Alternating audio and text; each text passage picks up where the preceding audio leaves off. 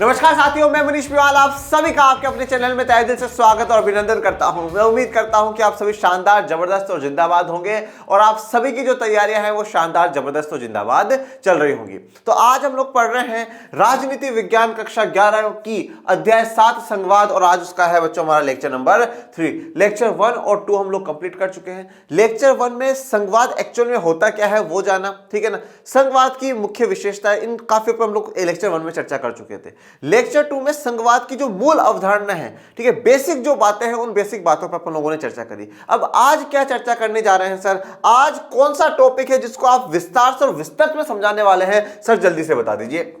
आज हम लोग बात करेंगे वेस्ट इंडीज में संघवाद की, आज हम बात करेंगे नाइजीरिया में संघवाद की, और फिर आज हम बात करेंगे भारतीय संविधान में संघवाद की। तो हम बात करने जा रहे हैं वेस्ट इंडीज, नाइजीरिया और भारतीय संविधान। चलिए लेक्चर को शुरू कर देते हैं बिना किसी देरी के। वेस्ट इंडीज संघवाद, देखिए वेस्ट इंडीज संघवाद, जैसे ही जब वेस्ट इंडीज का नाम आता है तो हमारा सीधा का सीधा जो पूरा का पूरा दिमाग है वो कहां चला जाता है? वेस्ट इंडीज की क्रिकेट टीम पे चला जाता है। हमारे दिमाग में नाम आने लगता है क्रिस गेल का, हमारे दिमाग में नाम आने लग जाता है ट्रेंट ब्रावो का, ठीक है ना। बहुत ही गजब डांस करते हैं ब्रावो भैया, ठीक है। कभी देखिएगा अगर आप क्रिकेट के शौकीन हैं। मैं था, अब नहीं हूं, इतना समय नहीं मिलता, वो बात अलग है। तो पहले बहुत क्रिकेट देखा भी है, खेला भी है। तो मतलब जिसने क्रिकेट देखा है उसने क्रिस गेल को जरूर देखा होगा। मतलब गजब के खिलाड़ी, एक नंबर के खिलाड़ी, गजब के खिलाड़ी। तो जैसे हम जब वेस्ट इंडीज का नाम लेते हैं तो हमारे दिमाग में सीधा का सीधा क्रिकेट टीम याद आ जाती है। परंतु उसके अलावा, क्रिकेट टीम के अलावा हमने कभी कहीं वेस्ट इंडीज का नाम नहीं सुना। हमने कभी किसी मीटिंग में नहीं सुना कि आज भैया वेस्ट इंडीज के राष्ट्रपति आए हैं, वेस्ट इंडीज के प्रधानमंत्री। हमने कभी नहीं सुना कि भाई आज भारत के दौरे पे वेस्ट इंडीज के राष्ट्रपति या वेस्ट इंडीज के राष्ट्राध्यक्ष, वेस्ट इंडीज के राजा, रानी, महाराजा, प्रधानमंत्री, व्हाटएवर, कोई किसी का भी नाम नहीं सुना।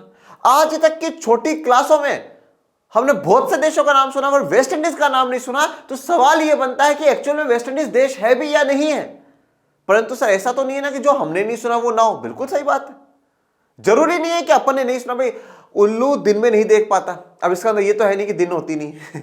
वेस्ट इंडीज का नाम अगर हमने नहीं सुना तो इसका मतलब ये भी नहीं कि उसको देश ना। पर एक्चुअल में कहानी क्या है, ये वेस्ट इंडीज की कहानी क्या है, हमें ये समझनी होगी। तो सबसे पहले तो किताब वाले ने आप लोगों के लिए एक सवाल छोड़ा है, उस सवाल से शुरू करेंगे। आपने वेस्ट इंडीज की क्रिकेट टीम के बारे में सुना होगा। अब आज आप मुझे बताइएगा सुना था या नहीं सुना, और कौन सा खिलाड़ी आपका वेस्ट इंडीज की क्रिकेट टीम में बहुत फेवरेट खिलाड़ी है। लेकिन क्या वेस्ट इंडीज नाम का कोई देश भी है? इंपॉर्टेंट सवाल ये आता है कि कोई वेस्ट इंडीज नाम का कोई कंट्री है या नहीं है, ठीक है, ये सवाल उठता है। पहले थोड़ा सा इसको आप समझ लीजिए। एक्चुअली देखिए, आप लोगों ने उत्तरी अमेरिका महाद्वीप और दक्षिणी अमेरिका महाद्वीप, इनके बारे में बहुत अच्छे से सुना होगा, जानते भी हो, नो डाउट। अब इस उत्तरी अमेरिका और दक्षिण अमेरिका महाद्वीप के बीच में आपको देखने को मिलता है कैरेबियन सागर। बच्चों क्या देखने को मिलता है? कैरेबियन सागर। क्या बोलेंगे? कैरेबियन सागर या कैरेबियन सागर, ठीक है, कैरेबियन सी बोलते हैं। इस कैरेबियन सागर में छोटे छोटे छोटे छोटे द्वीप है। द्वीप का मतलब दिए नहीं, द्वीप का मतलब होता है आइलैंड्स, जो चारों तरफ पानी से घिरे हुए। तो ये छोटे छोटे छोटे छोटे द्वीप देखने, इन पे बहुत कम तो जनसंख्या बेटा, बहुत उंगली पे गिनने वाली जनसंख्या, ऐसा सच में भी नहीं उंगली पे गिनना, मतलब बहुत बहुत कम जनसंख्या है। और ये सबने सोचा कि यार हम अलग अलग तो हैं, हम अलग अलग देश है, कोई नो डाउट, परंतु यार ऐसे छोटे छोटे से हैं, इतनी इतनी सी जनसंख्या, कुछ कर भी नहीं सकते। इससे अच्छा क्या हो कि संगठन में शक्ति होती है, हम लोग एक हो जाए। हम एक होकर के क्या कर ले, एक संघ बना लेते हैं, हम लोग क्या कर ले, एक ग्रुप बना लेते हैं। अगर ग्रुप बना लेंगे, संघ बना लेंगे, तो हम सब मिलजुल करके चलेंगे और पूरी दुनिया में एक हमारा नाम चलेगा कि हाँ हाँ साहब देखिए, जो वेस्ट इंडीज है या इधर के जो कंट्रीज है, इन्होंने पूरा क्या है अपना ग्रुप बनाया, उनका नाम दबदबा होगा, ऐसा इनकी सोच थी। तो इन्होंने संगठन में शक्ति को आधार मान करके ये सब क्या है, एक हो जाएंगे। इन जो छोटे छोटे द्वीप है उनमें से जैसे बड़ा द्वीप तो एक मैं आपको बताऊं क्यूबा। देखो बेटा, क्यूबा का नाम आप लोग याद रखिएगा, याद रखेंगे तो बहुत ही काम की बात है, अच्छी बात है। और जैसे मैंने पहले भी कहता था और मैं अभी भी यही बात कहता हूं, क्लास 11th के जो नोट्स हैं, क्लास 11th के नोट्स बच्चों आप संभाल करके रखिएगा। कहीं भी किसी भी चीज के जंग लग जाए, आपके 11th क्लास के नोट्स के नहीं लगनी चाहिए, और स्पेशली पॉलिटी के, ठीक है। इको के तो फिर भी एक बार आप थोड़ा अप डाउन हो जाएगा तो नो प्रॉब्लम, 12th की इको ज्यादा इंपॉर्टेंट है, पर 11th की पॉलिटी के नोट्स आप बिल्कुल बिल्कुल बिल्कुल ही संभाल करके आपको रखने हैं।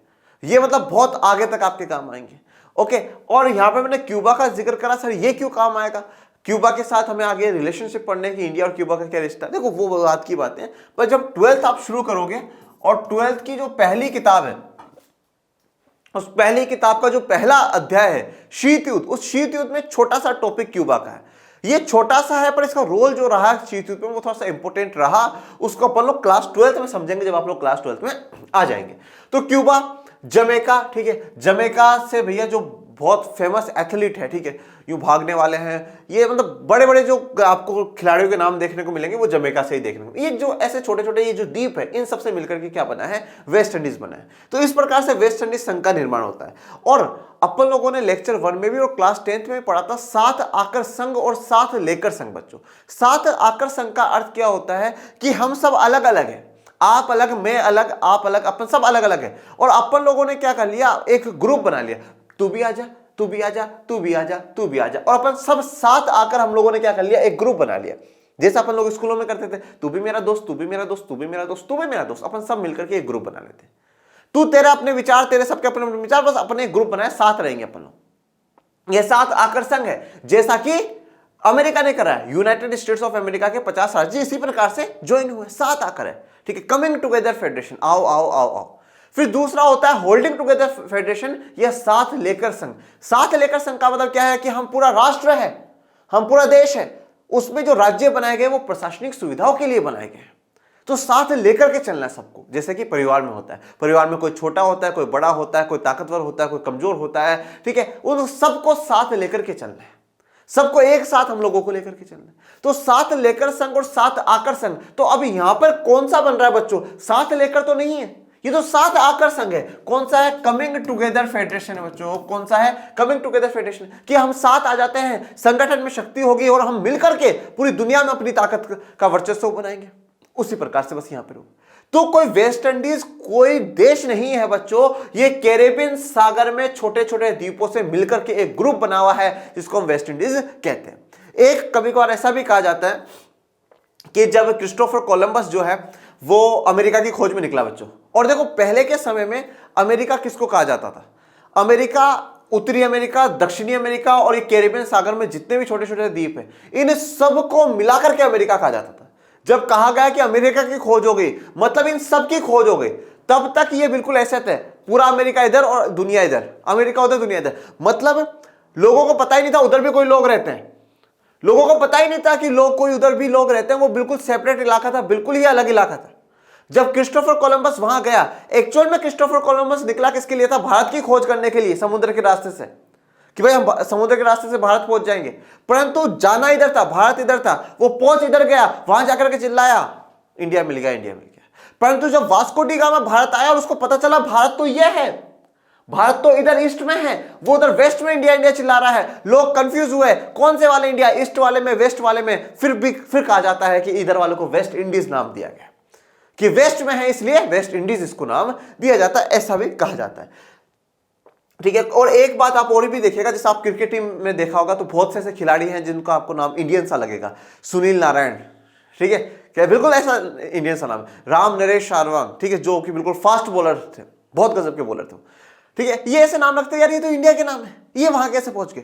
तो क्लास 10 याद करो, हिस्ट्री का अध्याय 3, भूमंडलीकृत विश्व का बनना, गिरमिटिया मजदूर, भारत से काफी लोगों को बागानों में काम करने के लिए लेकर के गया था, त्रिनिदाद, फिजी, आया कुछ याद, जली दिमाग की बत्ती आया ना याद, तो वहां लेकर के गए थे। अब वहां से वापस तो आना असंभव था, फिर वहीं शादी हो गई, वहीं बच्चे हो गए। तो जो हमारे पूर्वज थे उन्हीं के ही वंश आज कहीं ना कहीं यहां पर रह रहे हैं, जो लोग वहां पर गए थे वो वहीं सेटल हो गए, उनके वंश आज रह रहे हैं, इसलिए उनमें के नाम में हमें इंडियन वाले नाम नजर आते हैं, ठीक है। तो कैरेबियन सागर के छोटे छोटे द्वीपों को बना करके एक पूरा बड़ा ग्रुप बनाया हुआ है जिसको हम क्या कहते हैं, वेस्ट इंडीज कहते हैं।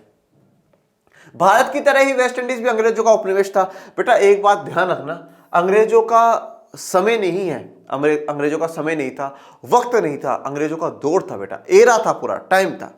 मतलब अंग्रेजों की पूरी दुनिया पे धाक चली, आप ये कह सकते हो। ऐसा कोई सा कोना नहीं है जहां पर उन्होंने अपना उपनिवेश ना बनाया हो, गुलाम ना बनाया हो किसी देश को। ऑलमोस्ट ज्यादा देशों को बनाया, तो उसमें से कैरेबियन सागर के ये जितने भी छोटे छोटे द्वीप है वो भी इनके उपनिवेश थे। 1958 में वेस्ट इंडीज संघ, फेडरेशन ऑफ वेस्ट इंडीज का जन्म हुआ। यह बात ध्यान रखिएगा, वेस्ट इंडीज संघ या फेडरेशन ऑफ वेस्ट इंडीज कब बनाया गया, 1958 में बनाया गया। क्या बनाया गया, वेस्ट इंडीज संघ। ये जो वर्ड आया ना बेटा फेडरेशन, इस वर्ड को थोड़ा सा दिमाग में बिठा लीजिएगा। अभी अपन आगे डिस्कस करेंगे कि फेडरेशन एक्चुअल में है क्या। ठीक है, जब वेस्ट इंडीज संघ की बात, मतलब जो छोटे छोटे द्वीप हैं वो मिलकर के एक बड़ी यूनिट बना रहे हैं, एक साथ रहने का संकल्प कर रहे हैं, कोशिश कर रहे हैं कि हम मिलकर के अच्छे से काम कर सके। जानते हैं इस वेस्ट इंडीज संघ की क्या स्थिति हुई है, क्या नहीं।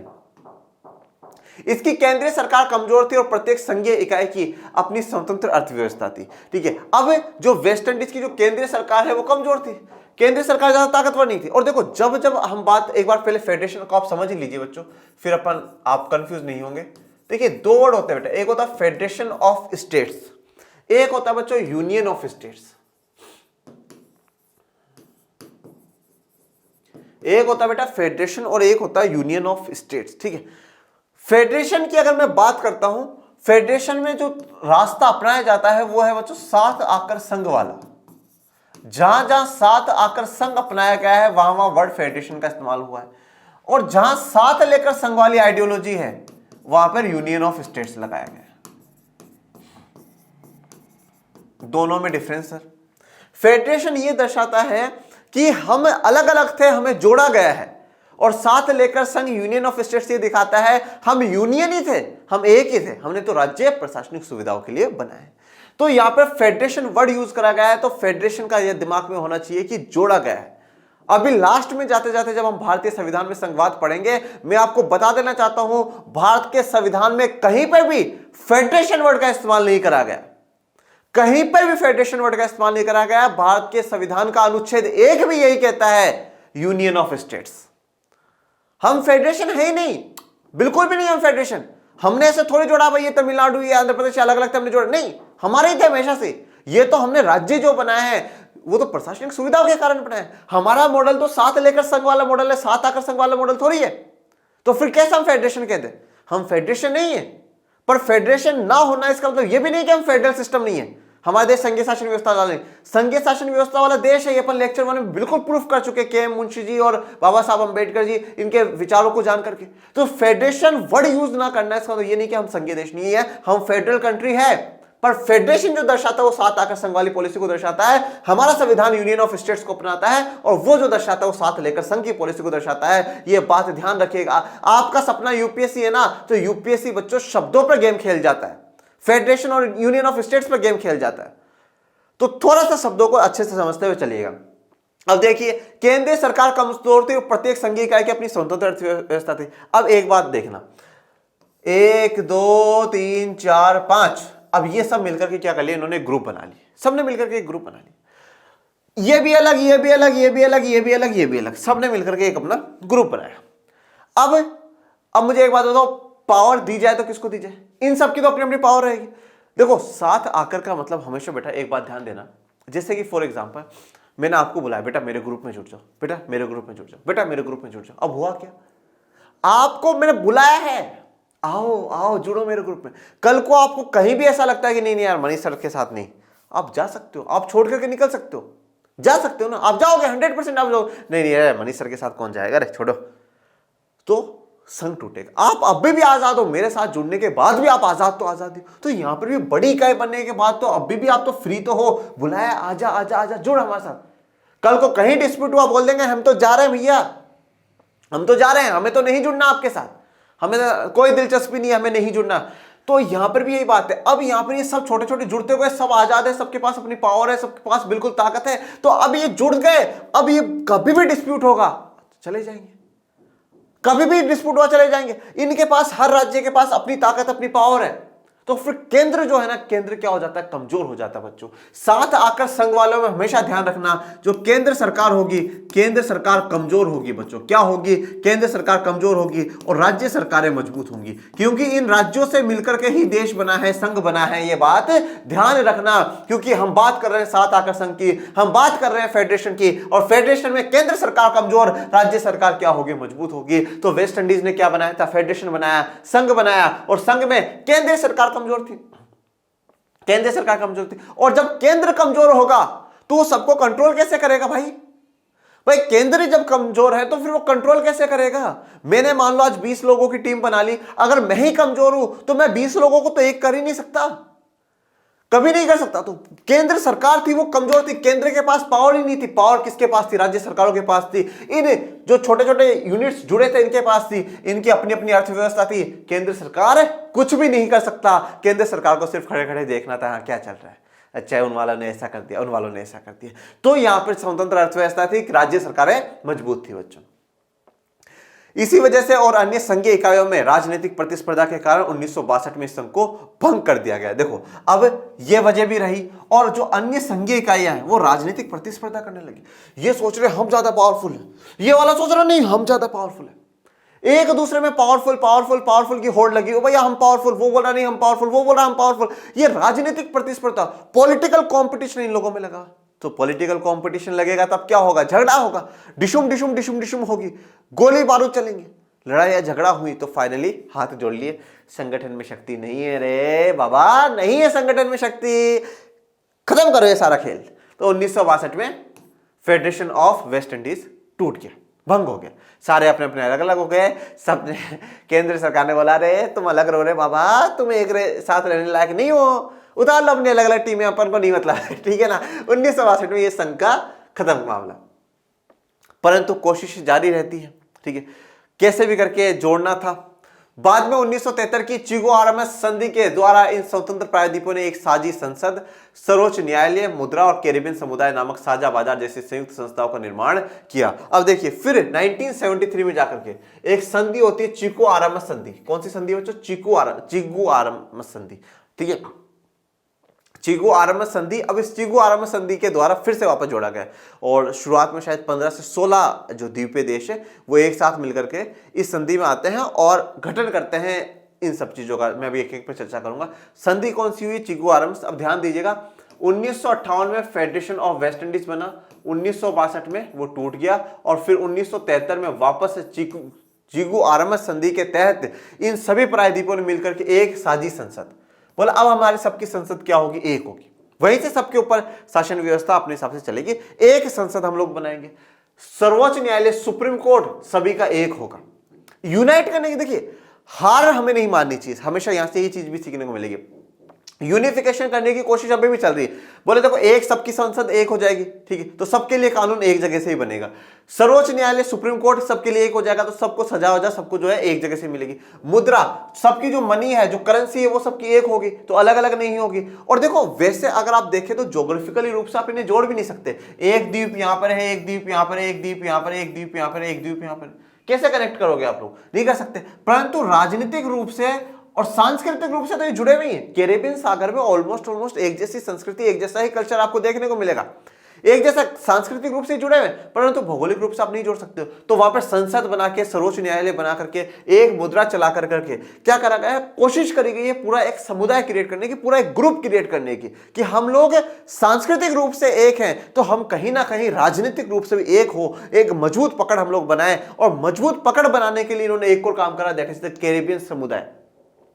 कैरेबियन समुदाय से क्या कर दिया? साझा बाजार शुरुआत कर दी। साझा बाजार का मतलब ये हो गया, भैया ये जितने भी है यहां पर अगर कोई भी सामान कुछ भी बनता है तो भैया यहां का सामान यहां जा सकता है, किसी प्रकार का कोई जो व्यापार अवरोधक है वो नहीं लगेगा। जब यहां का सामान वहां जाएगा मतलब कोई टैक्स नहीं लगेगा, कोई कोटा नहीं लगेगा। कोटा का मतलब होता है इससे ज्यादा सामान हम लोग नहीं मंगवाएंगे, तो वो भी नहीं, सब कुछ बिल्कुल फ्री। यहां का सामान वहां बेचो, वहां का सामान यहां बेचो, कोई दिक्कत नहीं, कोई समस्या नहीं, कोई परेशानी नहीं। तो ये क्या है? एक साझा बाजार की एक कॉमन बाजार हो गया, अपन सबका एक मार्केट है। और ये जो मार्केट रखा गया वो क्या है? कैरिबियन समुदाय से नामक साझा बाजार जैसे संयुक्त संस्थाओं का भी निर्माण करा गया। तो कोशिश रही कि पूरे इस कैरिबियन सागर को एक करने की, कैरिबियन सागर के छोटे छोटे द्वीपों को मिलाने की, और वो कोशिश कहीं ना कहीं 1973 की चिगो आरएमएस संधि के तहत ये जो स्वतंत्र प्रायद्वीप है ये सारे काम करके उस कोशिश को संपूर्ण करने की कोशिश करते हैं। कैरेबियन समुदाय की एक साझी कार्यपालिका भी है, और सदस्य देशों की सरकारों के प्रधान उस कार्यपालिका के सदस्य होते हैं। देखो अब जो कैरेबियन समुदाय है उनकी एक साझी कार्यपालिका भी है। अब मुझे 11th क्लास के बच्चों को पढ़ाने का सबसे इंटरेस्टिंग जो बात लगती है वो ये लगती है, उनको हर जगह मुझे एक्सप्लेन करने की जरूरत नहीं। अब मैं ये किसी भी बच्चे से उम्मीद नहीं करता हूं कि वो मुझसे ये पूछेगा सर कार्यपालिका क्या होती है। क्यों? क्योंकि कार्यपालिका का खुद पूरा चैप्टर पढ़कर क्या है, ये अब आज शायद मुझसे ज्यादा विद्वान तो ये हो गए होंगे, इनको कार्यपालिका के बारे में ज्यादा पता होगा, है ना बच्चों। आप लोगों को बहुत कुछ पता है कार्यपालिका। अब साझी कार्यपालिका मतलब वहां पे प्रधानमंत्री, जो मंत्रिमंडल, जो पूरे एक यूनियन को जो चलाएगा, उन सबकी एक साझी कार्यपालिका हो गई। अब परंतु देखो, इन सब ने मिलकर के एक अपना ग्रुप बना लिया, ये बात सर क्लियर। अब इन सब की एक कार्यपालिका हो गई। अब यहां पर भी देखो एक अपनी सरकार चुनी जा रही है, यहां पर भी अपनी एक सरकार, यहां पर भी अपनी एक सरकार, यहां पर भी अपनी एक, यहां पर भी अपनी एक। अब इस सरकार में जैसे मान लो यहां पर कोई भी प्रधानमंत्री, मुख्यमंत्री, राष्ट्रपति, जो भी इस एरिया में चुना जा रहा होगा, वो जो पूरे इस संघ की, इस पूरे जो ग्रुप की कार्यपालिका है, उसका सदस्य होगा। उसका ये भी, मतलब सबको एक साथ बुला लिया। जैसे मान लो कि अपन, जैसे आप लोगों ने स्कूलों में देखा हो, अगर नहीं देखा तो मुझे पता नहीं, जैसे हमारे स्कूल में तो हेड बॉय और हेड गर्ल बना करते थे। हेड बॉय हेड गर्ल का मतलब हो गया पूरे स्कूल के बच्चों का सबसे बड़ा लीडर वही है। और फिर 4 हाउसों में बटा होता था, yellow house, red house, blue house, green house. अब हर हाउस के कैप्टन भी हुआ करते थे, कैप्टन वाइस कैप्टन हुआ करते थे। अब जैसे मान लो येलो हाउस है, येलो हाउस का कैप्टन है और वाइस कैप्टन है। येलो हाउस का कैप्टन वाइस कैप्टन मतलब स्कूल में नर्सरी से लेकर के 12th तक के जितने भी येलो हाउस के बच्चे, उन सबका मास्टर कौन है? ये जो कैप्टन है और वाइस कैप्टन नहीं है। ऐसे ब्लू हाउस, ऐसे रेड हाउस। पूरे स्कूल में सभी बच्चों का कौन है? हेड बॉय और हेड गर्ल, ठीक है ना।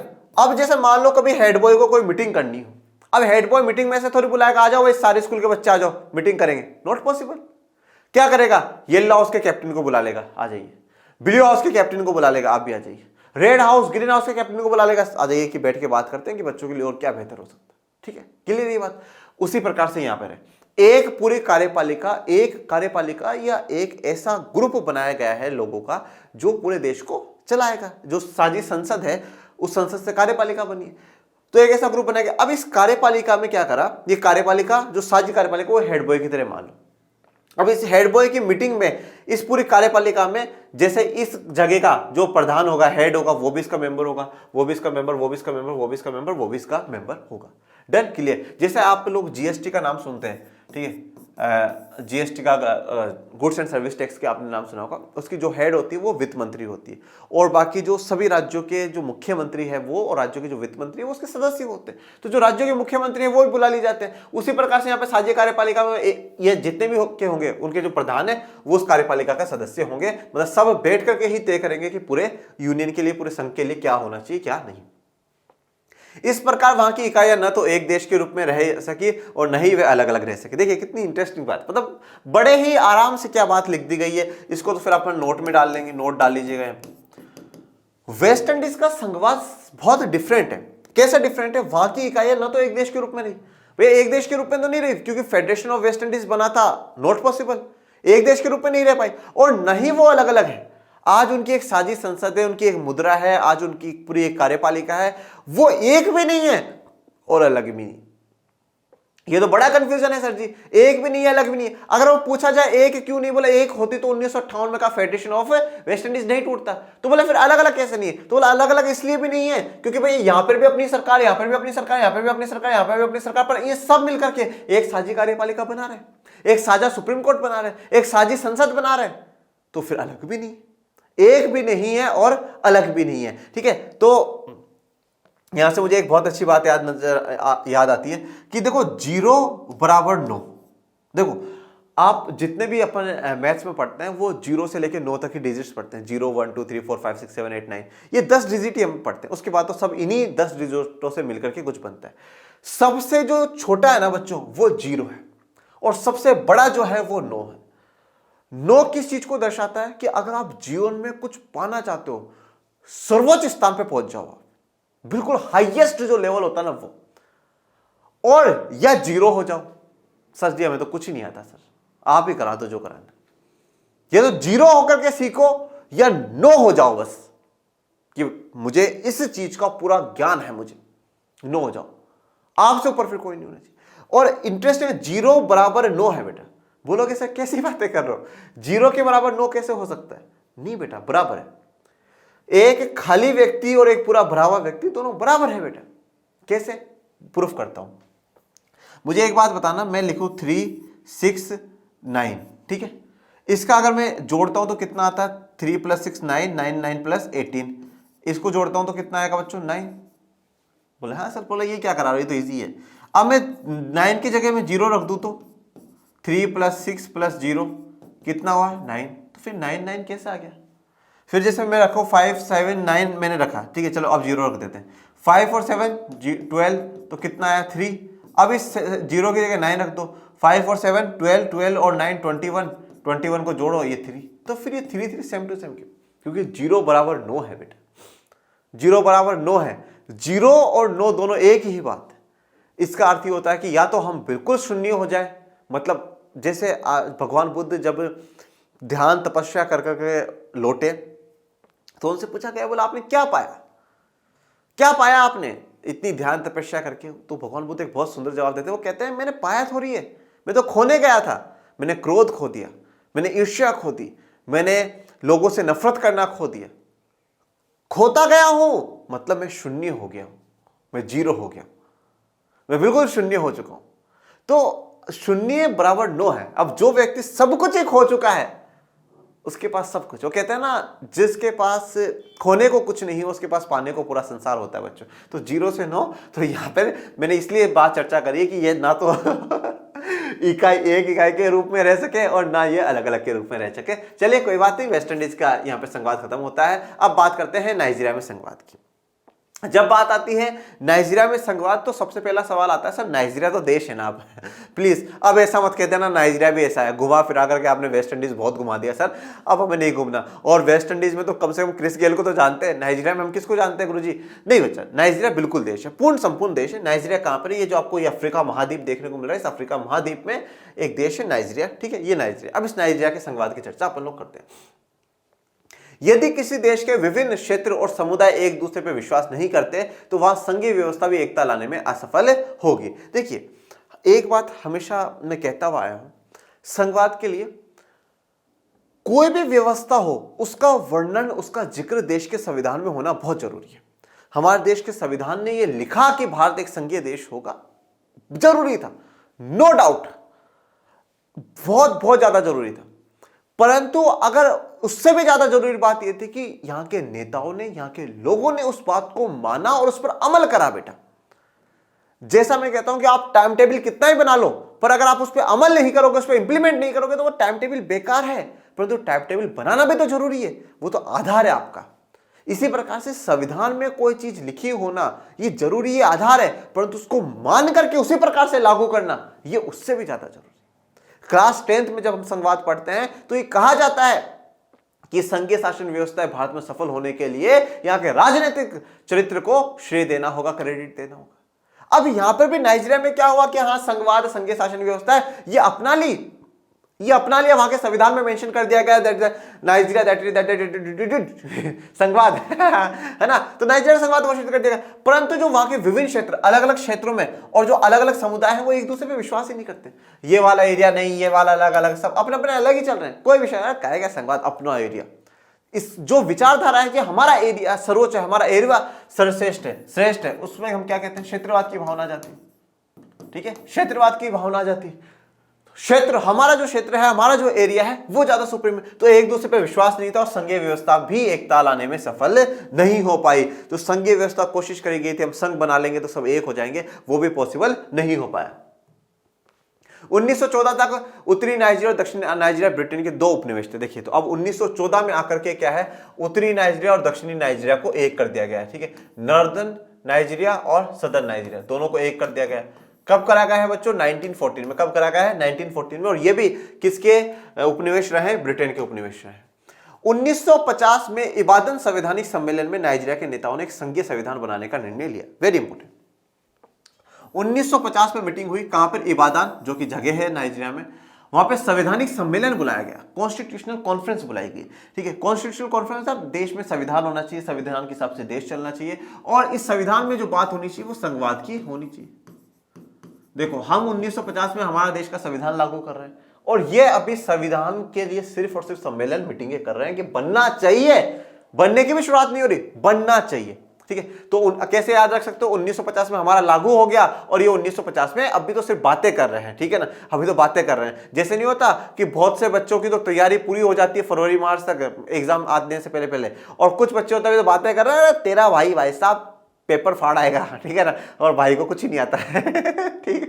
1950 में जो इबादन संवैधानिक सम्मेलन हुआ, उसमें नाइजीरिया के नेता मिले और संघीय संविधान बनाने का निर्णय लिया कि संविधान बनाएंगे, और किस आधार पर, संघवाद के आधार पर।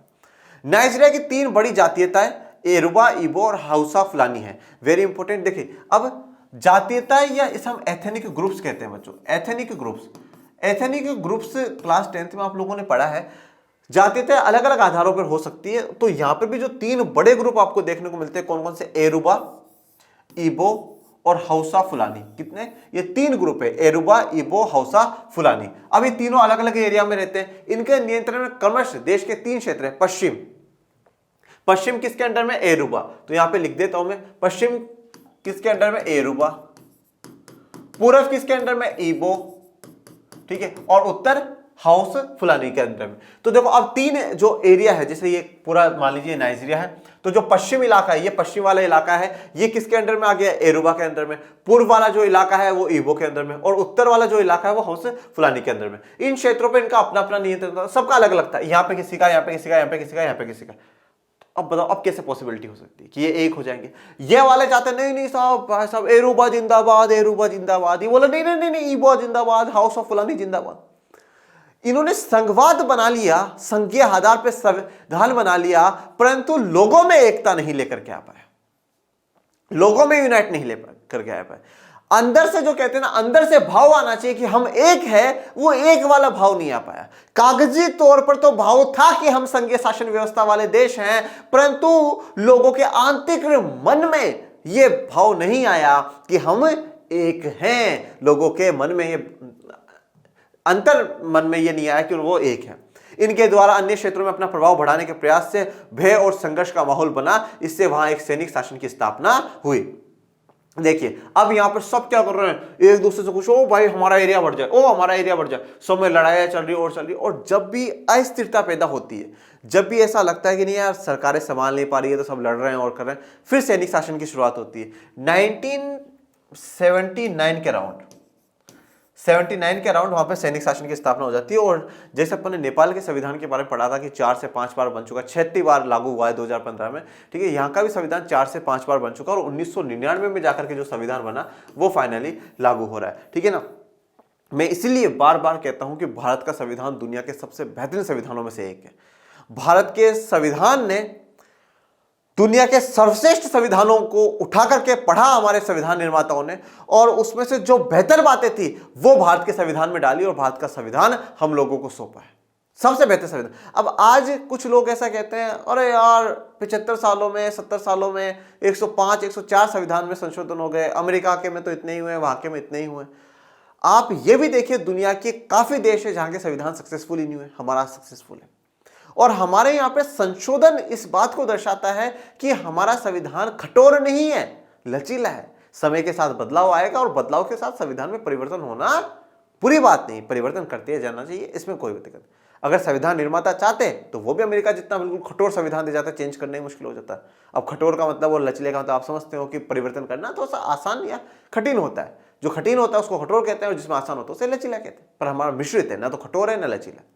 तो भारत का संविधान दुनिया के सबसे बेहतरीन संविधानों में से जो पहले नंबर पर अगर कहें तो वो भारत का ही संविधान आएगा। बहुत बेहतर संविधान है, ठीक है। सैनिक शासन की स्थापना हो गई यहाँ पर 1960 के संविधान में केंद्र और प्रांतीय सरकारें संयुक्त रूप से नाइजीरिया की पुलिस का नियंत्रण करती थी। देखिए अब 1960 में संविधान बना, देखिए 1950 में संवैधानिक सम्मेलन बुलाया गया इबादान में, ठीक है। उसके बाद 1960 का संविधान, उसमें यह बोला गया केंद्र और ये जो प्रांत है, ये जो 3 आपको एरियाज बताए गए हैं, उत्तर पश्चिम पूर्व वाला दक्षिण वाला, इनमें जो प्रांतीय है ये दोनों मिलकर के नाइजीरिया की पुलिस को कंट्रोल करेगी, नाइजीरिया की पुलिस को कंट्रोल करेगी। अब आज आप इंडिया से मैच करो, इंडिया में क्या है, जैसे भाई ये इंडिया है तो इंडिया का क्या होगा कि भैया हर राज्य के पास अपनी अपनी पुलिसें होंगी, पुलिस राज्य की होगी। ये जो मुद्दा है पुलिस वाला वो राज्य सूची में जाता है, वो भी अपने इसी चैप्टर में पढ़ेंगे। तो पुलिस किसके अंडर में है, राज्य के। जैसे आप देखते हैं राजस्थान पुलिस, पश्चिम बंगाल पुलिस, ठीक है, Maharashtra police, Uttar Pradesh police, police किसके अंडर में है, राज्य सरकार के अधीन है। और यहां पर क्या बोला, जो सरकार की पुलिस होगी वो किसकी होगी, केंद्र की भी होगी, अब राज्य की भी होगी। अब पुलिस में जो भर्ती हो गया वो तो बावड़ा हो जाएगा, बावड़ा का मतलब होता पागल हो जाएगा। किसकी मानो, केंद्र सरकार की मानो या राज्य सरकार की मानो। राज्य सरकार का मुख्यमंत्री कह रहा है गोली मत चलाइयो, अपने वोट बैंक है, और वहां पर नाइजीरिया का केंद्र सरकार का बोल रहा प्रधानमंत्री ओ गोली चला भाई अपने खिलाफ है। वो बोलता है भाई मैं खुद को गोली मार लेता हूँ, ना तो मुझे केंद्र सरकार की सुननी ना राज्य सरकार की सुननी। तो यहाँ पे बोला केंद्र और राज्य सरकार दोनों मिलकर के पुलिस को कंट्रोल करेगी। तो अब ठीक है भैया, बहुत मतलब सोच अच्छी थी कि देखो हम मिलजुल करके काम कर रहे हैं, ये और कर रहे हैं, तो ये सोच यहाँ पे लगाएगी। 1979, हाँ वो 1979 जिसमें आपको कहा था के सैनिक संविधान। अब वहां पे तीनों में डिशुम डिशुम डिशुम डिशुम हुआ, और जैसे ही डिशुम डिशुम हुआ तो सैनिक शासन लागू हो गया कि भाई सैनिक शासन लगाए जाएंगे। तो सैनिक संविधान लागू करा गया। किसी भी राज्य को सिविल पुलिस रखने का अधिकार नहीं था। अब देखो, अब सेना तो क्या चाहती है, सारा का सारा पावर अपने हाथ में। तो जितने भी कोई राज्य, किसी के पास पुलिस नहीं होगी, पुलिस किसके अधीन होगी, केंद्र के अधीन होगी, और केंद्र में कौन बैठी है, सेना का अधिकारी बैठा है। ठीक है, तो राज्य के पास कोई पुलिस नहीं, तो ये लड़ाई खत्म कर दी। मतलब अब आप क्या कह सकते हो, यहां पर पावर को बांटा नहीं गया, सत्ता को बांटा नहीं गया, और यहां पर बांटने की कोशिश करी गई थी, परंतु यहां पर नहीं बांटा गया। हालांकि 1999 में नाइजीरिया में लोकतंत्र की दोबारा बहाली हुई, लेकिन धार्मिक विभेद बने रहे। देखो अब 1999 में फिर से नाइजीरिया में लोकतंत्र फिर से लागू हुआ, परंतु अभी भी जो जातीयताएं और धार्मिक जो विभेद है, मतलब जो मन में जो अंतर है, वो अंतर अभी भी बना हुआ है। ठीक है, और देखिए सामाजिक बदलाव धीरे धीरे होते हैं, एक साथ नहीं होते। हम एक साथ ये नहीं कह सकते कि आज ये चीज बिल्कुल चेंज हो जाएगी, नॉट पॉसिबल। धीरे धीरे बदलाव आता है, पर बदलाव हमें निरंतर कोशिश करनी चाहिए कि बदल आता रहे। तो यहां पर भी धीरे धीरे बदलाव हुआ होगा। नाइजीरिया संघ के सामने यह समस्या भी बनी रही कि तेल संसाधन से प्राप्त राजस्व पर किसका नियंत्रण होगा। यह एक और इंपॉर्टेंट, देखो अब अभी तक आपने जो भी पढ़ा वो राजनीतिक समस्या थी, जातीयता या धार्मिक समस्या थी, ठीक है ना, परंतु ये वाली जो समस्या है ये आर्थिक समस्या है। ये वाली जो समस्या है ये कौन सी, आर्थिक समस्या है। अब नाइजीरिया की पूरी जो अर्थव्यवस्था टिकी हुई है वो तेल संसाधन, वहां से तेल निकलता है, ऑयल निकलता है।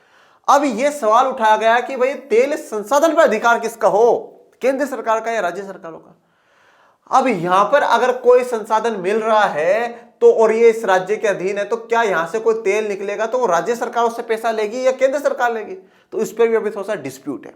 ठीक है, कौन कितना टैक्स लेगा, कौन कितना नहीं। तो मैं कहता हूं कि एक बार उनको भारत का संविधान पढ़ना चाहिए। जैसे भाई भारत में वित्त आयोग की गठन कर दिया गया, भाई हर 5 साल में वित्त आयोग का गठन होगा और वो तय कर देगा कि इतना इतना फंड। तो दोनों सरकारें, केंद्र सरकार और राज्य सरकारें हैं, दोनों बिल्कुल अपनी समझदारी से कि भाई ये जो टैक्स है ये हम लेंगे और ये टैक्स राज्य सरकार के पास जाएगा। सीधा सा क्लियर स्पष्ट काम भारत के संविधान में हुआ है, और भारत के संविधान को नेताओं ने बहुत अच्छे से अमल उस पर करा है। जीएसटी जैसे आप मान लीजिए कि बराबर टैक्स का बंटवारा, वित्त आयोग, ये सब कुछ है। तो अब तेल संसाधन को लेकर भी वहां पर नाइजीरिया में लड़ाई हो रही है।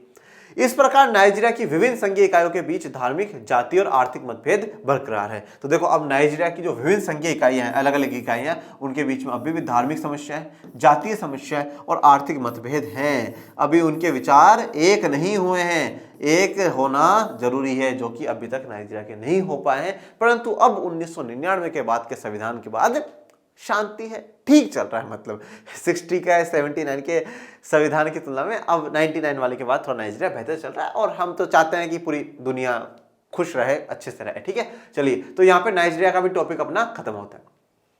अब बात करते हैं भारतीय संविधान में संघवाद। अब आप पूछ रहे होंगे सर कि भारतीय संविधान में संघवाद, ये तो लेक्चर 1 में कवर कर चुके हैं, हमें पता है सर कि भारत एक संघीय शासन व्यवस्था वाला देश है। तो भारतीय संविधान में संघवाद कैसे आया, क्या है, इस पर आज हमें चर्चा करनी है। आइए देखते हैं। आजादी से पहले ही राष्ट्रीय आंदोलन के अनेक नेता इस विषय पर सहमत थे कि भारत जैसे विशाल देश पर शासन करने के लिए शक्तियों को प्रांतीय और केंद्रीय सरकारों के बीच बांटना जरूरी होगा। देखिए, मैंने आपको पहले के चैप्टर्स में भी यह बात कही है कि हमारे देश के संविधान का जो आधार है ना, आधार कहीं ना कहीं जो नेशनल मूवमेंट है, राष्ट्रीय आंदोलन है, उससे हो गया था। राष्ट्रीय आंदोलन में काफी कुछ बातों पर सहमति हो चुकी थी बड़े बड़े नेताओं के बीच में, देश की जनता के बीच में कुछ बातों पर सहमति, समानता होगी, लोकतंत्र होगा, गणतंत्र होगा, ठीक है ना, और सत्ता का बंटवारा होगा, किसी एक के हाथ में सत्ता नहीं रहेगी। ठीक है, कार्यपालिका, न्यायपालिका, विधायिका होगी, मुख्यमंत्री, प्रधानमंत्री होंगे, राष्ट्रपति साहब होंगे। ये सारी बातें, काफी कुछ बातों पे क्या है, सहमतियां हो चुकी थी। तो इसी प्रकार जब राष्ट्रीय आंदोलन चल रहे थे तो इन बातों पर भी सहमति हो चुकी थी कि हमारा एक बहुत बड़ा विशाल देश है, और ये जो विशाल देश में, इसमें विविधताएं बहुत अनेक है। हमारे यहाँ पे आपको अलग अलग जाति के लोग, देखिए जाति तो एक सामाजिक विभाजन है वैसे, ठीक है ना, परंतु देखिए आप धर्म के आधार पर देखिए, धर्म के आधार पर लोगों को देखिए, भाई आप सबका कल्चर, धर्म पे हम कल्चर, संस्कृति के आधार पर आप जाएंगे। ठीक है, तो संस्कृति सबकी अलग अलग, ठीक है। और कितने धर्मों के लोग आज हमारे देश में रहते हैं, हिंदू, मुस्लिम, सिख, ईसाई, बौद्ध, जैन, पारसी, अनेकों धर्मों के लोग रहते हैं और सब मिलजुल करके रहते हैं। आप कल्चर में देखिए, उत्तर भारत का कल्चर अलग, दक्षिण भारत का कल्चर अलग, पश्चिमी भारत में देखिए, पूर्वी भारत में देखिए, संस्कृति अलग अलग है, बिल्कुल अलग अलग संस्कृति, अलग अलग भाषा है। हर थोड़े से दूर जाते ही भाषा बदल जाती है, ठीक है, कपड़े, खाने पीने, हर चीज में बदलाव आ जाता है। तो हमारे पास विविधताएं बहुत है। अगर इन विविधताओं में सत्ता एक के हाथ में आ गई तो ये विविधताएं हमारा एक नेगेटिव पॉइंट बन जाएगी, जो कि हमारा पॉजिटिव पॉइंट है। भाई इतनी सारी विविधताएं होना अच्छी बात है, बहुत अच्छी बात है। ये सौभाग्य है भारत का और हम लोगों का कि हम इतनी विविधताओं के बीच में हम लोग रह रहे हैं और एक रह रहे हैं, एक होकर के रह रहे हैं। तो इसलिए इस पावर को बांटना जरूरी है। और इसीलिए हम लोग देखते हैं कि भाषा के आधार पर राज्यों का भी गठन हुआ, ठीक है ना, कि जो क्लास 10th में आप लोगों ने पढ़ा होगा, भाषा के आधार पर राज्यों का गठन हुआ। तो ये बातें तो ऑलमोस्ट पहले तय हो चुकी थी कि हम सत्ता को बांटेंगे, किसी एक शख्स या एक संस्था के हाथ में पावर नहीं रहेगी। यह आजादी से पहले ही तय हो चुका था। भारतीय समाज में क्षेत्रीय और भाषाई विविधता है, ठीक है। तो भारतीय समाज में आप देखोगे क्षेत्र के आधार पर, ठीक है, हर एरिया में भी आपको विविधताएं देखने को मिलेंगी। भाषा के आधार पर आपको विविधताएं देखने को मिलेंगी। काफी विविधताएं हैं, डाइवर्सिटीज है, वेराइटीज है, आपके पास हर चीज की वेराइटीज है। विविध का मतलब क्या होता है? बहुत अलग अलग अलग अलग चीजें हैं, बहुत, ये भी है, ये भी है, ये भी है, ये भी है, बहुत कुछ, मतलब विविधता है। विविधताओं में एकता का नारा देता है भारत कि हम इतने डाइवर्सिफाइड होने के बावजूद भी हम यूनाइट हैं, हम एक हैं। हमारी भाषा अलग हो सकती है, हमारा खाने पीना, हमारा बहुत कुछ अलग हो सकता है, परंतु हम सब एक हैं। हम मनों से, हम दिलों से एक हैं, ठीक है। हम सब एक थे, एक हैं और एक रहेंगे। इन विविधताओं को मान्यता देने की आवश्यकता थी। देखो, अब विविधताओं के साथ दो प्रकार से काम हो सकता है। या तो विविधताओं को नष्ट किया जा सकता है या विविधताओं को मान्यता देकर के साथ लेकर के जाया सकता है। क्लास 10th में आपने श्रीलंका का उदाहरण पढ़ा होगा। श्रीलंका वाले में क्या हुआ था? सिन्हाला और तमिल समुदाय के लोग थे। सिन्हाला ने अपना राज जमा लिया, तमिलों को बिल्कुल, जो तमिलों की जो कल्चर था, संस्कृति, उसको नष्ट कर दिया, खत्म कर दिया। वो क्या था? विविधताओं को खत्म करना था। और हमने क्या करा? विविधताओं को सम्मान करा। आज भी आप देखिए, हमारे देश में कभी प्रधानमंत्री जी किसी दक्षिण के एरिया में कहीं पे जाते किसी, तो वहाँ के एक दो शब्द बोलेंगे, लोगों से कनेक्ट करेंगे। वहाँ का कोई कल्चर है उसको एक्सेप्ट करेंगे, कोई कुछ पहना रहा है वो उसको स्वीकार करेंगे। कोई कोई राज्य का मुख्यमंत्री दूसरे राज्य में जाएगा, वहाँ की संस्कृति को प्रणाम करेगा। सबके मन में क्या है? एक दूसरे के प्रति सम्मान है। ऐसा नहीं है कि नहीं साहब हमारा एरिया ही सर्वश्रेष्ठ है, हमारी भाषा नहीं, सब बढ़िया है, सब अच्छा है। और यही काम भारत के संविधान ने भी करा है, विविधता को मान्यता देने का। विभिन्न क्षेत्रों और भाषा भाषी लोगों को सत्ता में सहभागिता करनी थी तथा इन क्षेत्रों के लोगों को स्वशासन का अवसर मिलना चाहिए था। तो अलग अलग क्षेत्र और अलग अलग जो भाषा बोलने वाले लोग हैं उनको सत्ता में सहभागिता देनी थी, सबको सत्ता में जोड़ना था। मतलब सत्ता में जोड़ने का अर्थ हो गया सत्ता में साझेदारी करनी थी, पावर को शेयर करना था। सत्ता की साझेदारी जरूरी है, किसी एक के हाथ में पावर नहीं होनी चाहिए, किसी एक के हाथ में पावर नहीं होनी चाहिए। और सबको स्वशासन, स्वशासन मतलब सेल्फ रूल, सबको रूल करने का अवसर देना था, सबको खुद वो रूल कर सके, स्वशासन कर सके, यह अवसर सबको मिलना चाहिए था।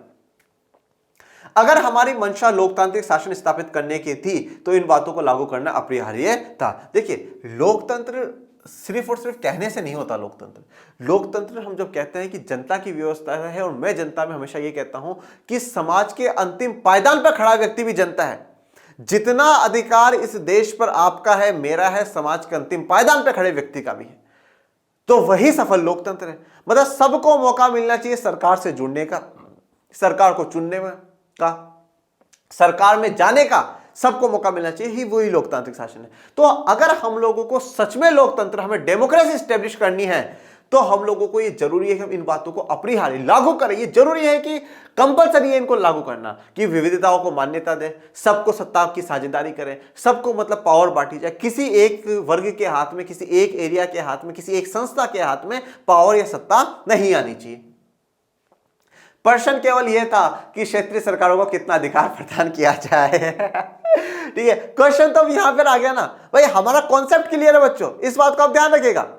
कॉन्सेप्ट, मुझे इस बात कह रही है कि आप कंफ्यूज हो रहे हो कि यार सर करना क्या है। ठीक है, देखो हमारा कॉन्सेप्ट बिल्कुल क्लियर था, भारतीय संविधान निर्माताओं का कॉन्सेप्ट क्लियर था कि भैया विविधताओं को सम्मान देना है, मान्यता देनी। परंतु सवाल यह है किस एक्सटेंट तक पावर दें, किस हद तक हम राज्यों को पावर दें। ये मान लिया कि केंद्र और राज्य सरकारें होंगी, राज्यों के पास अपनी शक्ति होंगी, पर किस हद तक की शक्तियां दें। आज कोई मुझसे ये बोले कि सर आप बच्चों को पढ़ा रहे हैं, आप बच्चों को कहां तक छूट देंगे, भाई देखो, एक रिलेशन होता है ना स्टूडेंट और टीचर का। आज मैं टीचर हूं, इसका मतलब ये नहीं है कि आप कुछ भी बोल देंगे। एक गैप है आपके और मेरे बीच में, ठीक है ना। वो गैप है ना, वो मेंटेन रहना चाहिए। परंतु चाणक्य जी कहा करते थे कि 15 या 16 वर्ष के बाद, ठीक है, गुरु को मित्र के रूप में बच्चों के साथ बिहेव करना चाहिए। अब एक मेरे दोस्त की तरह भी है। पर तो इसका नहीं है कि हाँ चलो सर जी सुनाओ क्या हाल चाल, ऐसा तो नहीं। कुछ लिमिट्स है। मतलब कितनी एक्सटेंट तक, कहां तक मैं आप लोगों को मजाक करने की छूट दे सकता हूं, क्या बोलने की छूट दे सकता हूं क्लास में, इतना ये होता। तो किस एक्सटेंट तक, कहां तक, हाँ ठीक है गुरुजी कोई बात नहीं, ये बोल देंगे। ये तो इसी प्रकार से यहां पे सवाल उठ रहा है कि भाई केंद्र सरकार राज्य सरकार होंगी, पर केंद्र सरकार राज्य सरकार कहां तक पावर यहां पे दी जाए, ये सवाल उठता है। मुस्लिम लीग द्वारा मुसलमानों को ज्यादा प्रतिनिधित्व देने के आंदोलन के परिप्रेक्ष्य में विभाजन के पूर्व एक समझौता फॉर्मूले पर चर्चा हुई, जिसके अनुसार क्षेत्रीय सरकारों को काफी ज्यादा अधिकार देने का प्रस्ताव आया। देखिए, अब मुस्लिम लीग के बारे में आप लोगों ने पढ़ा ही होगा, ठीक है। मुस्लिम लीग के, हम कहते हैं मुस्लिम लीग ने टू नेशन थ्योरी दी बेटा। उस टू नेशन थ्योरी के आधार पर भारत और पाकिस्तान का विभाजन हुआ। और अगर नहीं पढ़ा मुस्लिम लीग के बारे में तो अपन ये फिर मैं कहूँगा क्लास 12th में पढ़ेंगे अपन, ठीक है ना। क्लास 12th में पढ़ेंगे।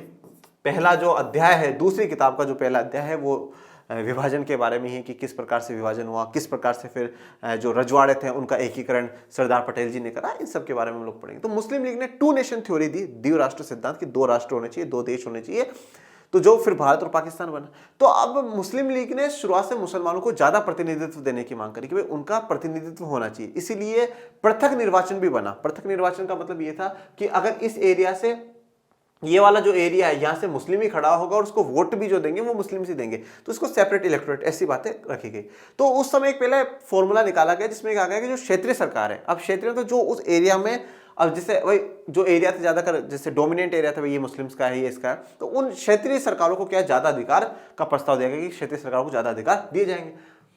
परंतु भारत के विभाजन का निर्णय होने पर संविधान सभा ने ऐसी सरकार के गठन का निर्णय किया जो केंद्र और राज्यों के आपसी सहयोग और एकता तथा राज्यों के लिए अलग अधिकार के सिद्धांतों पर आधारित हो। परंतु जब विभाजन हो गया और विभाजन होने के बाद यह सोच लिया गया कि हमें राज्यों को ताकत देनी है, पर इतनी नहीं कि कल की वो अलग होने को ही डिमांड कर ले, इतनी ताकत नहीं देनी, ठीक है ना। तो क्या कहा गया, संविधान सभा ने एक ऐसी सरकार के गठन का निर्णय लिया कि हम एक ऐसी सरकार बनाएंगे, मतलब एक ऐसा सरकार का गठन होगा देश में जो केंद्र और राज्यों के आपसी सहयोग, ठीक है, दोनों में सहयोग होना जरूरी। संघवाद क्या है, संघवाद सहयोग की बात है। देखिए, संघवाद को आप इस प्रकार से भी समझ सकते हैं, जैसे हस्बैंड वाइफ होते हैं ना, ठीक है, हस्बैंड वाइफ का जो रिश्ता होता है ना, वो कैसा होता है, सहयोग वाला होता है, एक दूसरे के साथ कोऑपरेट कर करके चलते रहना।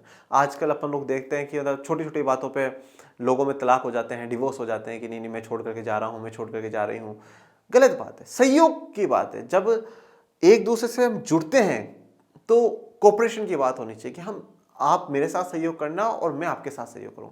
सहयोग की जरूरत, अगर सहयोग करते रहे, कोऑपरेट करते रहे और एक दूसरे पे विश्वास बना रहा तो वो रिश्ता लंबा चलता है बेटा, वो रिश्ता लंबा चलता है। यहां पर भी वही बात है, केंद्र और राज्यों के बीच में सहयोग होना चाहिए, विश्वास, आपसे विश्वास होना जरूरी है और एकता बनी रहनी चाहिए देश की। सबसे इंपॉर्टेंट बात है ये बनी है। राज्यों के लिए और अराज्यों के लिए अलग अधिकारों के सिद्धांत पे बात मानी गई।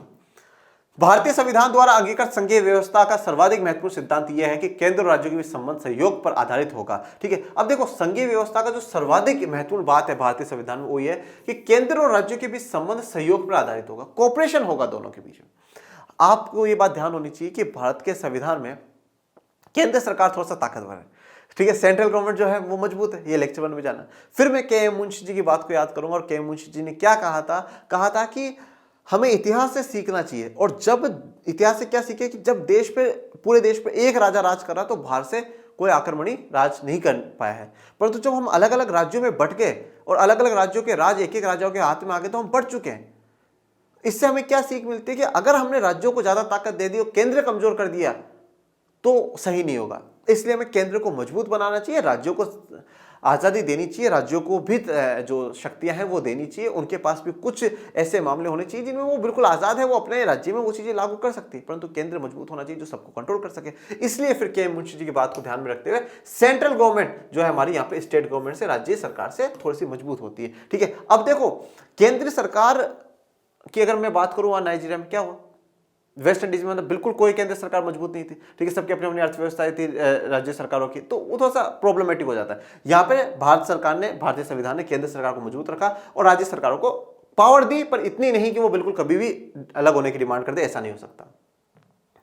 इस प्रकार विविधता को मान्यता देने के साथ ही संविधान एकता पर भी बल देता है। तो भारत के संविधान ने विविधताओं को मान्यता दी है, बिल्कुल माना है, डाइवर्सिटीज को माना है, परंतु संविधान में एकता पर भी बल दिया गया है कि एकता बहुत जरूरी है। ठीक है, साथ लेकर संघ की बात हम लोग करते हैं, हमें सबको साथ लेकर के चलना है। केंद्र सरकार, राज्य सरकारें मिलजुल करके काम करें, आपसी सहयोग से काम करें, आपसी विश्वास दोनों में होना चाहिए। कोई कभी यह ना सोचे कि नहीं हम श्रेष्ठ हैं, कोई कभी यह ना सोचे कि नहीं हमसे श्रेष्ठ कोई नहीं है, ऐसा नहीं। मिलजुल करके काम करें, आपसी सहयोग से काम करें। ठीक है, और केंद्र सरकार को थोड़ा सा ताकतवर बना करके थोड़ा सा सब पे कंट्रोल रखा है, परंतु इसका मतलब यह नहीं कि राज्य सरकारों के पास बिल्कुल भी पावर नहीं है। राज्य सरकार के पास अपनी पावर है। देखिए अब अनुच्छेद 1 भारत का, भारतीय संविधान का, भारत अर्थात इंडिया राज्यों का संघ होगा, यूनियन होगा। देखिए आप बहुत सी बार सोचते हैं कि अगर ऑफिशियली रूप में देखें तो भारत का क्या नाम है, इंडिया और भारत। ये लिखा गया है इंडियन कॉन्स्टिट्यूशन के फर्स्ट आर्टिकल में, India that is the Bharat. India और भारत दोनों एक ही है, दोनों एक ही। तो भारत और इंडिया दोनों नाम भारत के संविधान में मेंशन है, चाहे आप भारत बोलिए चाहे आप इंडिया बोलिए। भारत अर्थात इंडिया, राज्यों का संघ बोला गया, यूनियन। फेडरेशन वर्ड यूज नहीं करा है, यूनियन वर्ड यूज करा है। इसका मतलब क्या है कि हम साथ लेकर संघ वाले मॉडल को हम लोग अपना रहे हैं। ठीक है, साथ आकर संघ वाले को नहीं। दूसरे अनुच्छेद में कहा गया राज्य और उनके राज्य क्षेत्र के वे होंगे जो पहली अनुसूची में निर्दिष्ट होंगे। तो जो अनुसूचियां हैं, ठीक है, आज के मौजूदा संविधान में 12 अनुसूचियां हैं और शुरुआत में 8 थी बच्चों। ठीक है ना, जब संविधान लागू हुआ तो जो पहली अनुसूची उसमें बता रखा है भाई ये राज्य है, इस राज्य का ये नाम होगा, इतना एरिया है। ठीक है, वो सारी बातें उस पहले अनुसूची में जो निर्दिष्ट करी गई है। ओके, तो आज अपना लेक्चर यहीं पर कंप्लीट होता है। लेक्चर 3 था संघवाद का। ओके बच्चों, और बताइएगा आज आपको ये लेक्चर कैसा लगा। कोई समस्या, कोई डाउट हो तो कमेंट बॉक्स में मेंशन करेगा, और आज का लेक्चर कैसा लगा ये भी बताइएगा। और बच्चों पढ़ते रहिए, आगे बढ़ते रहिए। मिलेंगे नेक्स्ट क्लास में, तब तक के लिए थैंक यू सो मच। जय हिंद, जय भारत।